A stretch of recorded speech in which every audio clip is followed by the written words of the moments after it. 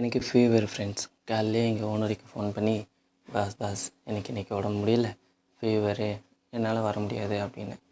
அவர் ஒன்று சொன்னார். ஓஹோ, ஜுரம் வந்துடுச்சா, சரி பார்த்துக்கப்பா, உடம்பு பார்த்துக்க, ஹாஸ்பிட்டல் போயிட்டு வா அப்படின்னு சொன்னார்.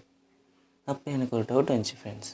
நீ என்ன கேட்க போறங்கிறது எனக்கு தெரியும். கேட்ட மகனை அசிங்கமா பேசி போடுவேன். அதுல ஜுரம் வந்துடுச்சு, அம்மா இது எங்கேருந்து வருது, திருப்பி நம்ம மாத்திரை குடிச்ச பிறகு இது எங்கே போகுது அப்படின்னு சொல்லிட்டு, ஒன்று வருதுன்னா அது எங்கேயா போகணும்ல, அப்போ அது எங்கேயா இருந்திருக்கணும்ல, அது எங்கேருந்து வந்துச்சு, திருப்பி எங்கே போகுது?